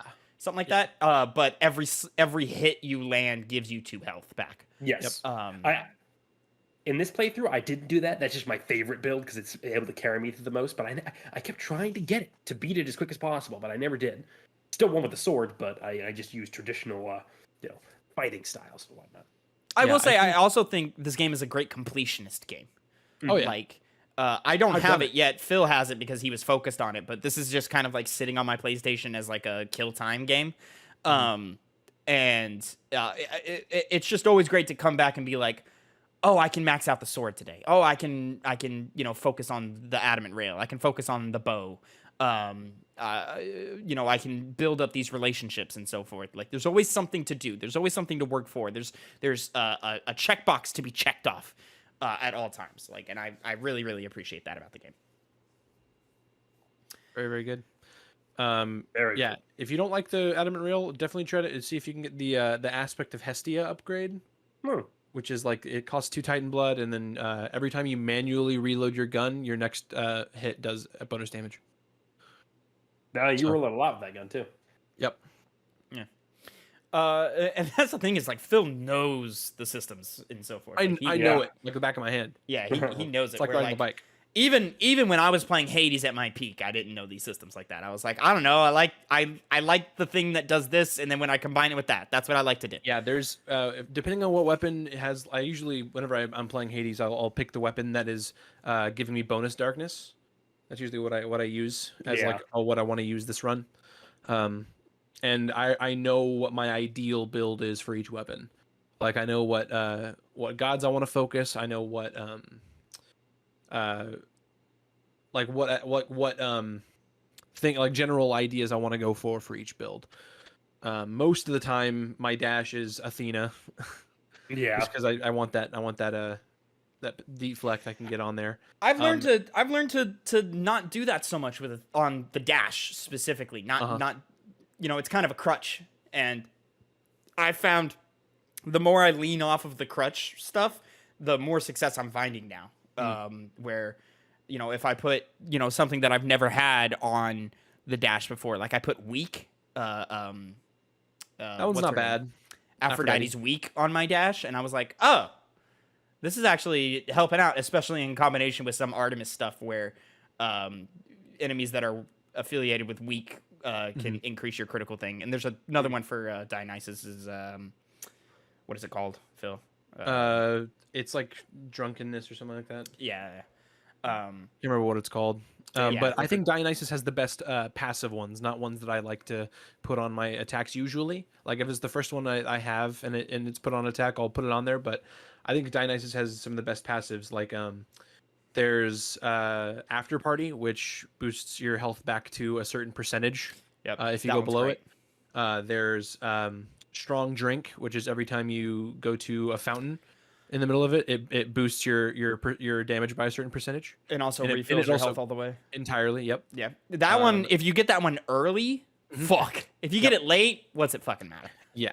That's one of those ones where if I'm looking for it the entire time, and then I'll see a Dionysus upgrade in the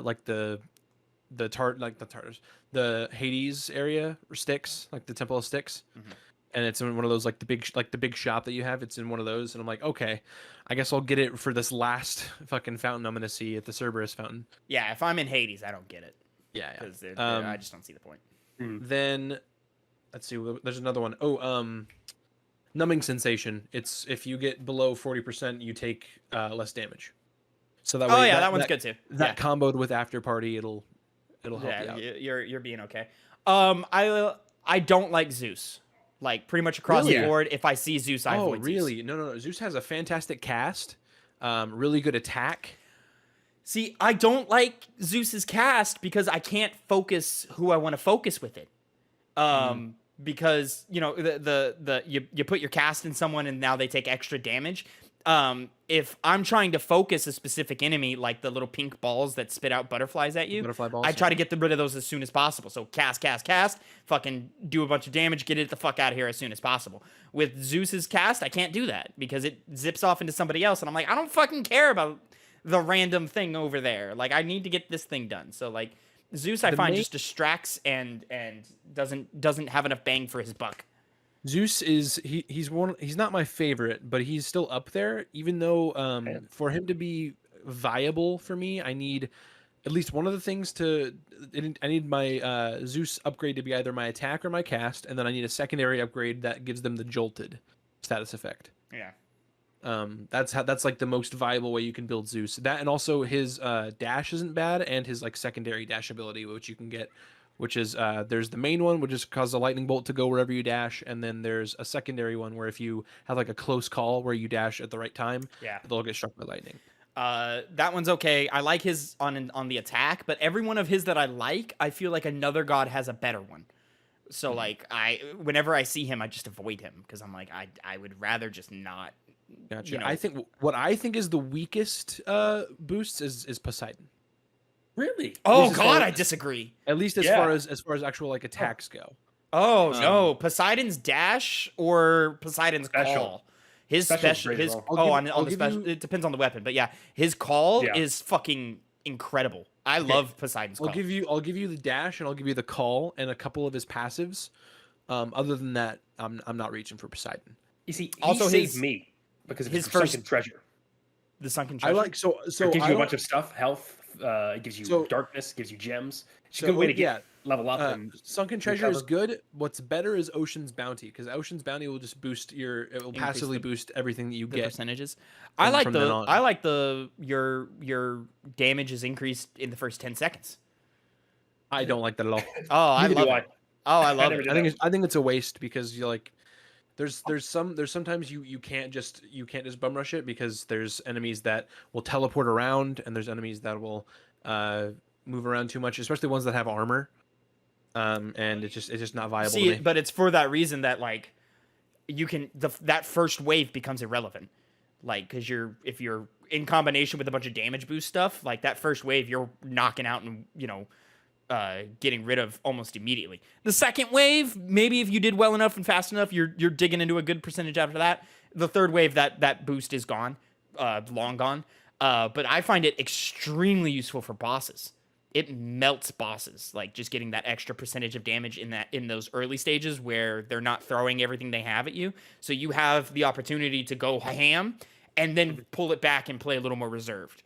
But that's usually only for like bosses first phase, because usually when you get to a certain HP gate, they'll like get armor, or they'll just block all your attacks, and by then 10 seconds has gone by. I suppose, but then that's also the beauty of the Pact of Punishment, where you don't need to put those on. You know? Wait, what?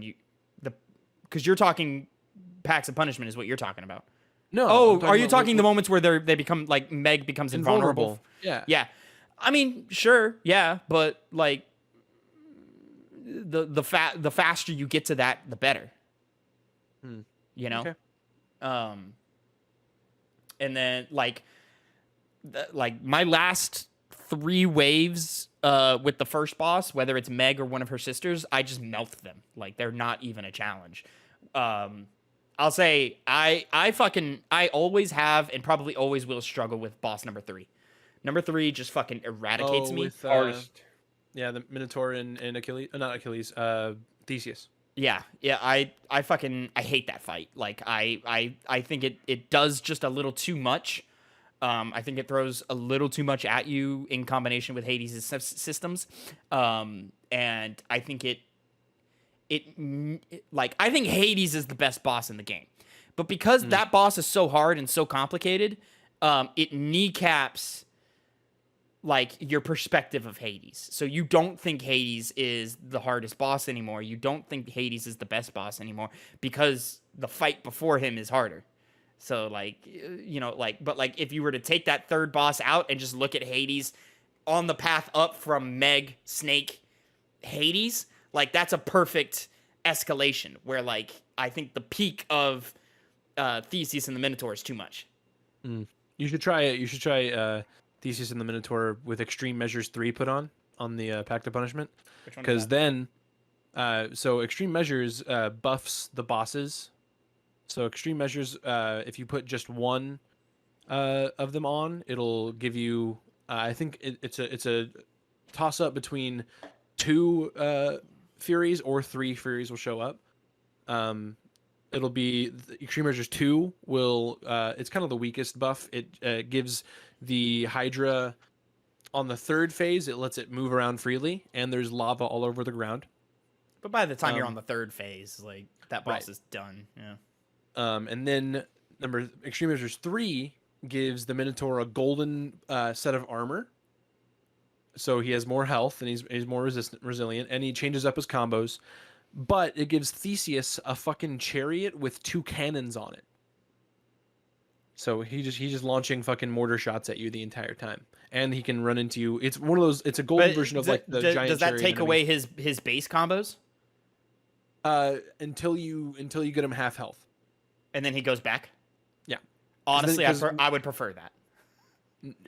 No, you don't. Are you sure? No, you don't. The thing with Theseus for me is his fucking throwing the spear. No, it's bad. It's really tough. It doesn't sound like it just sounds like I have 2 motherfuckers running after me now, as opposed to like no, because Theseus is still mostly passive unless you get close to him.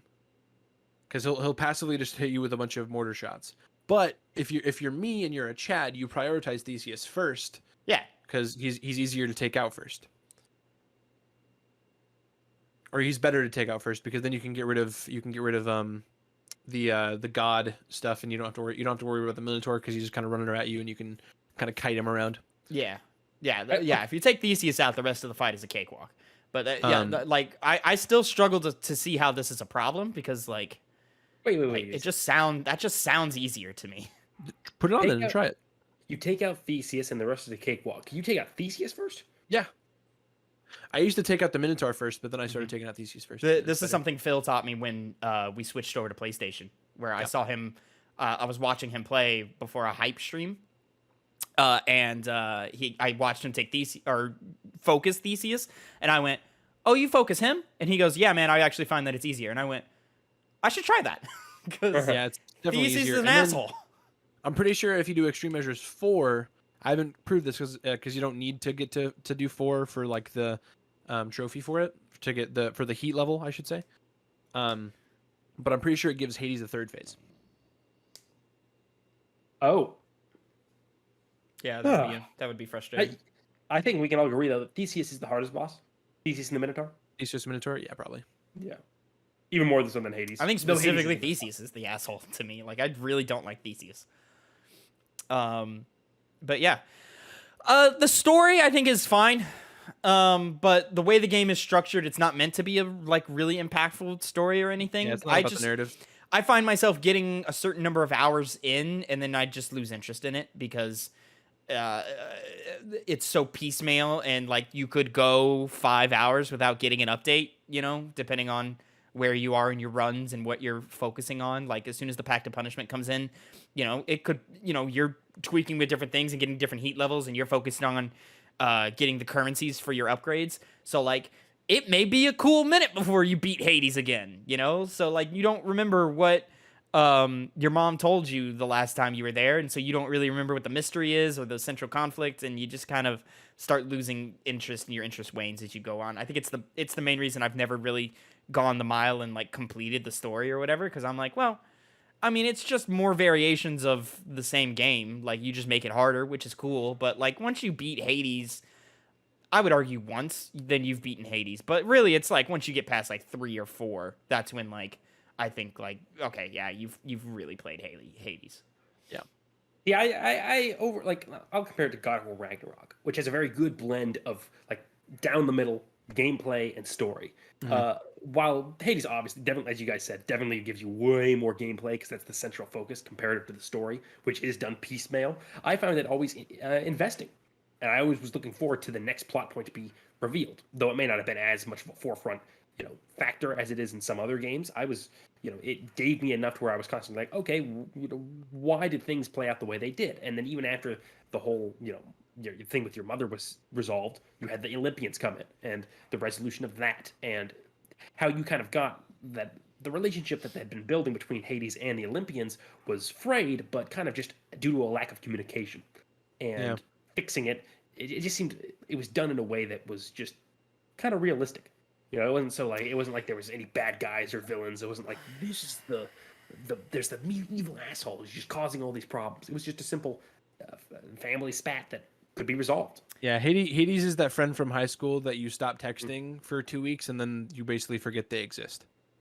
I'm gonna push back a little bit on you, Connor, because I feel like there's in the middle parts of the story, like there's quite a bit of filler, I think, where it's just like flavor text to like either A, remind the player of what's happening, or B, like they have a set number of times that you have to run through the game before they want to start giving you more narrative beats. So like they have enough plans for maybe 6 runs, but because they want to get to 10, 4 of those runs are sprinkled through and are just like no new information is given.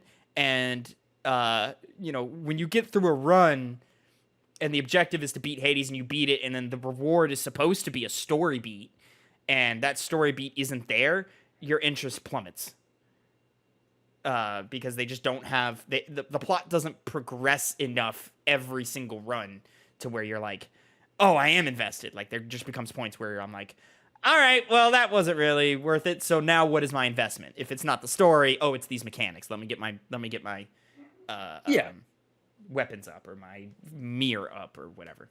Yeah, I totally get that, which is why stress that the gameplay is still, of course, the main focus, and it shows in moments like that. But I still found it was interesting enough, the narrative overall, to, even though it wasn't constantly giving me things as it maybe should have, it wasn't enough to make my interest in the story wane. You know what is cool is how varied the dialogue is, like with Which every, adds to it a lot. Impressive. Yeah, like So even to this it day, is I'm still impressive. finding new dialogue, and I'm like, oh like, shit, I didn't even know how- you had this conversation at this like, point. Yeah. I can't remember if I've heard a repeat, at least aside from like mid battle, someone saying something like, Yeah. No, I don't know if I have either. There's just so much of it. There's a like, lot. There's a lot, and it also like changes like how far you're getting in Yeah. your runs. Like if you start getting far really early, then like you'll lose some dialogue. Like there's dialogue that I heard my first time playing this game, and I haven't heard it since, because since I like on my other two playthroughs, like I'm better than I was my first time. So there's a lot of like intro dialogue, a lot of beginning dialogue steps that kind of just get skipped over. And, maybe the game will double back and give them to me again. But, often like I just never hear it, And so it's quite impressive, the amount of dialogue lines, and how it's always in character. You always believe it. Like, maybe a bit of a spoiler for next week's Fire Emblem Engage review, but like, I don't believe the characters in that game. And the fact that Hades has just as much, if not more, dialogue than that, and you believe every line, and you think every line is realistic in not just the acting, but the wording, the cadence, where you are in the plot, which could be a million different places depending on whose dialogue tree you've explored more than others. Like, that's really impressive. And the fact that characters talk to each other, and where you are in the general plot affects that. And you can listen to them. That the coding on that must be a fucking nightmare. Have you guys ever had the thing where when you start, you like I had this one, I think, when I first started playing on PlayStation, where I got too far too quick in the game. Like, what happened is I entered a chamber, and then like something like lights flashed red, and then really strong enemies spawned and stopped and like killed me really fast. Mm-hmm. No? To like stop me from getting too far too fast. Interesting. I did have the problem this time around where I had more encounters that felt like I died unfairly. Maybe that's just because my mindset is further along and I was trying to rush through it because I didn't want to play this game right now. But that's a me thing. I'm not taking it out on the game because I already know how amazing this game is. But yeah, I just found myself getting really, really frustrated where like I don't think I had a session that lasted more than 4 runs. Like most of my runs or most of my sessions were only 2. Like I'd do one and I'd lose and I'd be like, all right. And then I'd do another one and I'd lose and I'd be like, all right, I'm done. Like, I don't want to do this anymore.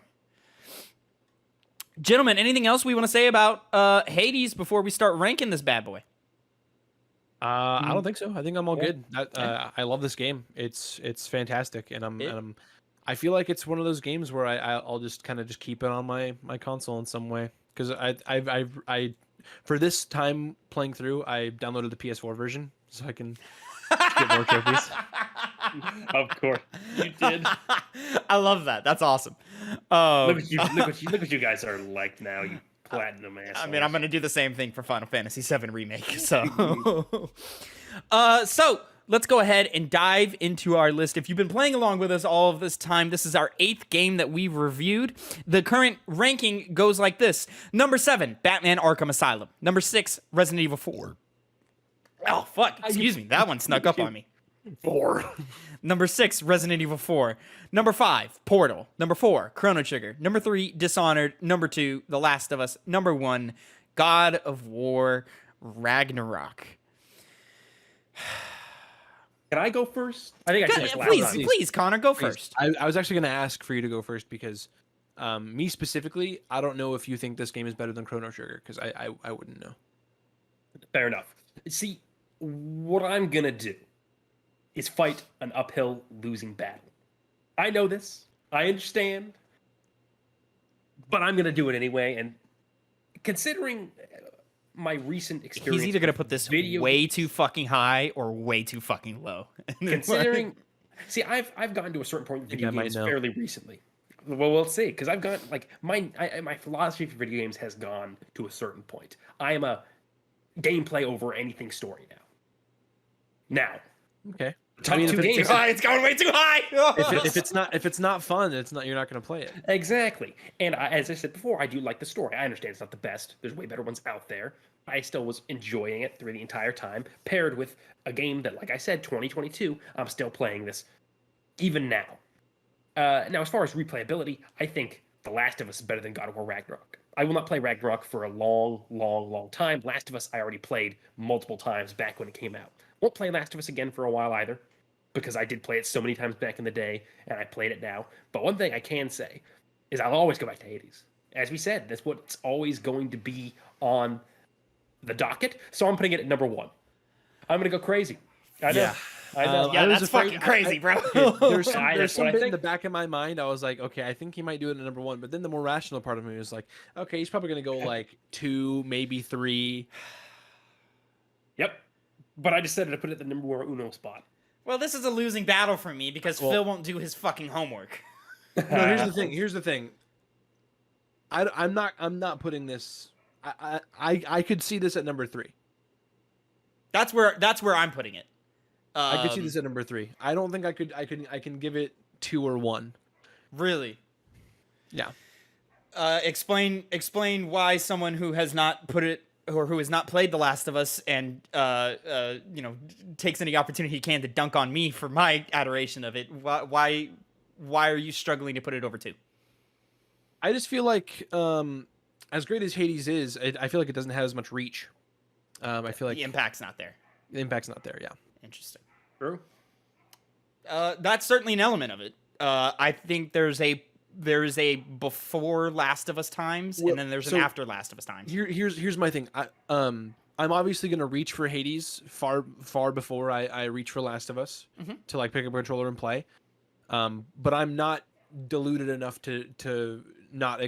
I'm not as deluded as to say that The Last of Us does not deserve the praise. Yeah. I've said it. I'm going 3 here. First of all, like, I think every game below Hades, we're talking about a different tier. Like, it's a different echelon of games, and I think Hades does enter that echelon that The Last of Us and God of War Ragnarok are in. Everything underneath those, not so much. Not to say they're not all great. I don't think there's a bad game on this list. I don't think there's Connor would. Connor I would would. argue. Connor's a madman. I don't think there's even just a okay game on this list. I think all these games are good to great to superb. And I think Hades does reach that conversation of superb. Every game on this list is at least a 7. You know, guys, I should mention about going. I'm sorry, just because we brought up Batman again.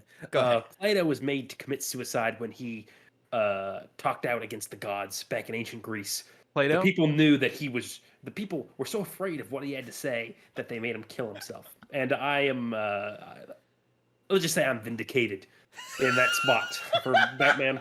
And I think history will show that as well. But side point. Sorry.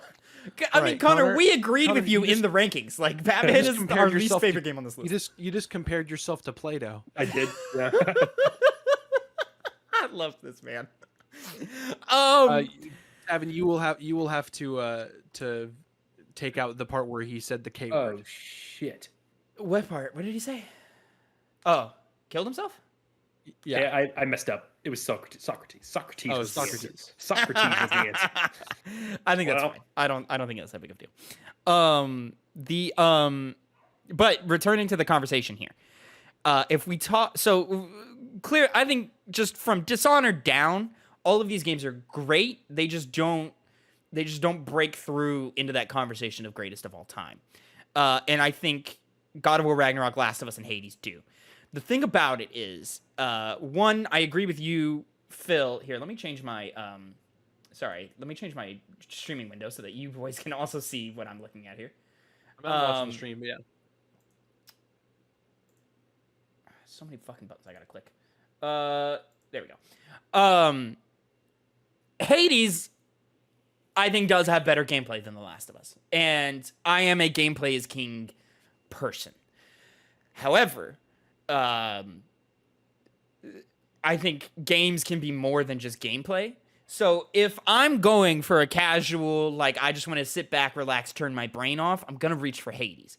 But if I want something that's going to move me, if I want something that is going to hit me emotionally, if I want something that I think is true art, and where I think the peaks of this medium can reach, I think Last of Us and God of War are much more fitting for that sort of criteria. So it's less of which game do I think is better to play, which game do I think is more fun, which game do I think is better crafted on a systems level. It's more of what is the entire package. And also, Phil, you brought up legacy, impact, reach, and as we get deeper into this list and as we get further away from the launches of The Last of Us, from the launch of Hades, from the launch of God of War Ragnarok, which I believe are all three of those are the most recent games on this list. Yes, they are. I think their legacies and the impact that we'll see from them, I think The Last of Us will always have the greatest impact of those three. I just think Hades will see more in the indie route, but I do give Hades credit for popularizing the roguelike genre. It's been here. There's examples of it. I played Dead Cells before I played Hades. There were The Binding of Isaacs. You've got your Rogue, what is that game called? Rogue Lights, I think, or something. There's a bunch of other things in the indie scene of this genre. It's just Hades did it to a level that it's never been done before, and Hades was a better better full package than all of those games, where Hades delivers upon a story. Hades delivers upon level design. Hades delivers upon systems and voice acting and music, and all of those other games in that genre kind of couldn't. But like when you talk story, which I agree with Connor is not the most important part, but it's still important. Last of Us just kind of trumps everything. I even think The Last of Us has a better story than God of War Ragnarok. And I think God of War Ragnarok being I've said it a million times at this point, the perfect blend, the perfect symbiosis between gameplay and narrative puts it up on that level.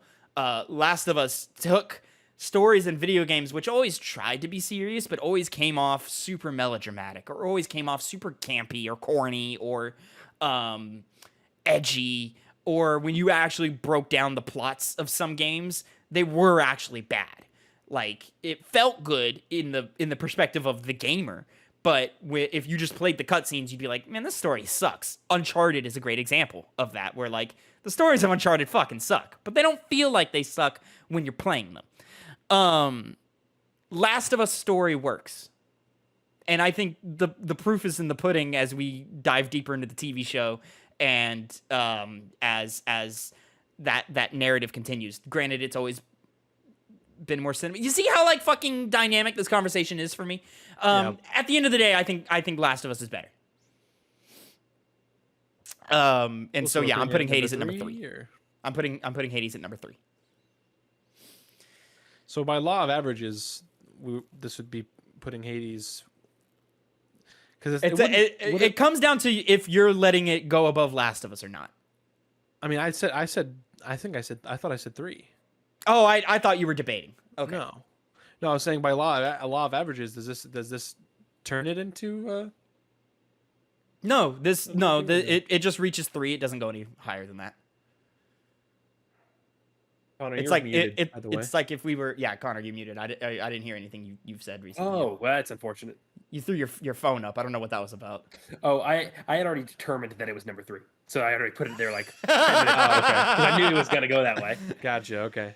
I mean, there was a chance this was gonna hit 2. In no world would this have hit 1. But then Phil said his thing. I was like, oh, it's gonna be 3. Okay. As far as majority goes, because that's how we don't go based off averages. No, it's a majority vote. Mm-hmm. Yeah. Okay.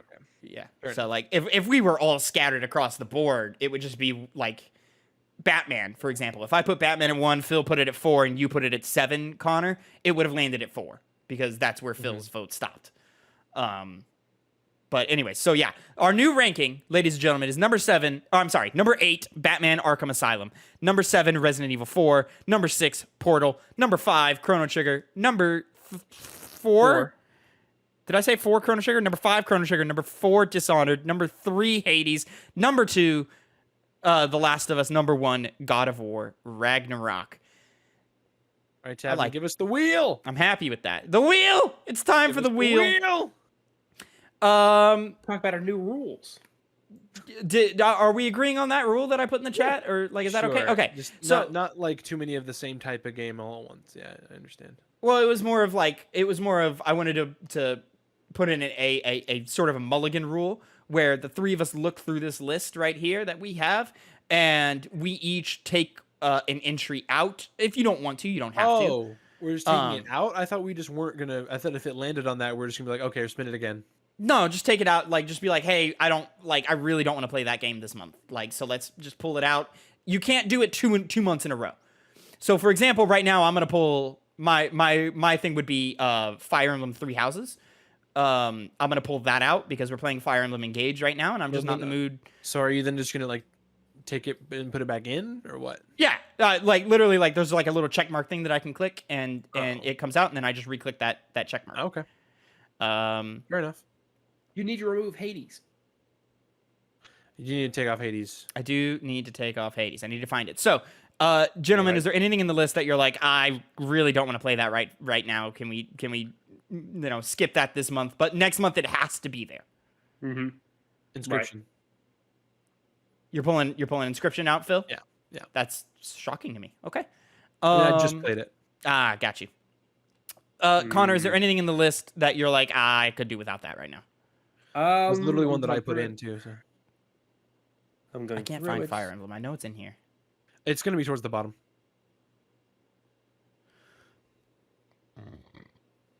Oh, Batman Arkham Asylum needs to be pulled out? It's going to be towards the bottom. Oh, but Batman Arkham City needs to be in. Mm-hmm. Looking at games, I feel like there was one that I was like, I don't really want to play this right now. You know what?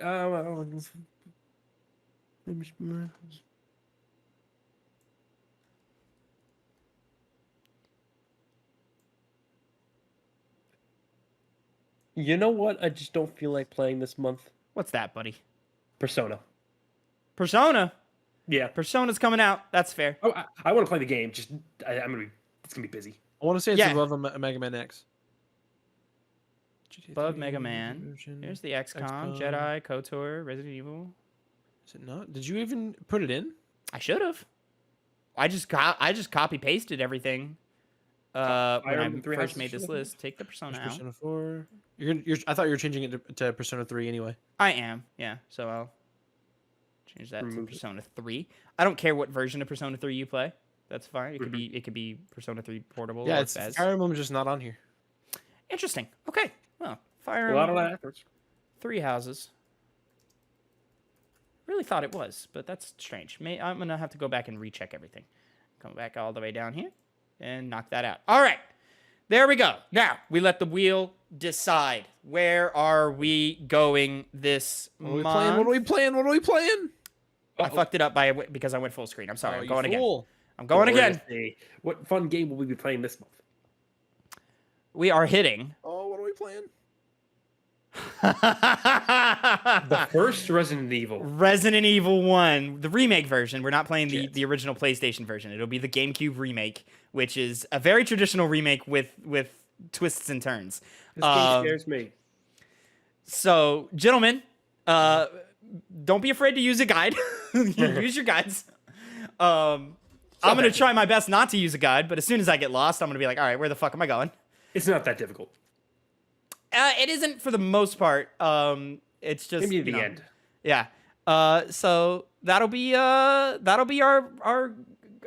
game for the month to play through February and review on March, which will be the weekend of March 5th. March 5th is when we will record it live over at twitch.tv/2pennygames, and we'll go live on youtube.com/2pennygames that night. So besides Chrono Trigger, is that the new oldest game? On the list, yes. At least like before remake. Let me think. Resident Evil remake came out before Resident Evil 4, correct, Connor? That sounds right to me. Yes. Or was it after? It was around that time. and then it would be before all of the other joints. I believe, if my memory is correct. So Chrono Trigger would still be oldest. When did Portal come out? 2005? 4? I was gonna say 4, yeah. Something like that? All right, yeah. So, yeah, and then this would be 2003, 2004. 2002? I don't know. Let's find out. Google's a hell of a 2007. fucking thing. The Resident Evil remake? 2007. Oh, Resident Evil Portal 1. Portal was 2007. That makes sense. Resident Evil, GameCube, 2002. 2002. Yep. Yeah, so that's before Old RE4. GameCube. So yeah, that would be our second oldest game that we've played on the show. So anyways, ladies and gentlemen, thank you so much for watching and listening, whether you're in here for the review or in here from the full Two Penny Gamescast conversation. We go live every Sunday, twitch.tv/2pennygames. In fact, if you're watching live, stay tuned because we're about to record our piggy bank episode for next week, which is going to be a fun one. I have a fun mini game for Connor this week, let me tell you what. And follow us on Twitter at the number 2 Penny Games. TikTok, 2 Penny Games spelt out. And YouTube, Twitch, and all mainstream podcast services of your choice. Thank you so much for watching and listening. Check out the new YouTube shorts that we've been putting out, specifically on YouTube. They're doing well on TikTok, but the numbers on YouTube are a little low this last month, so I don't know what's been going on there, but check those out as well. Until next time, have a great time. Gentlemen, say goodbye to the people. Goodbye. Bye.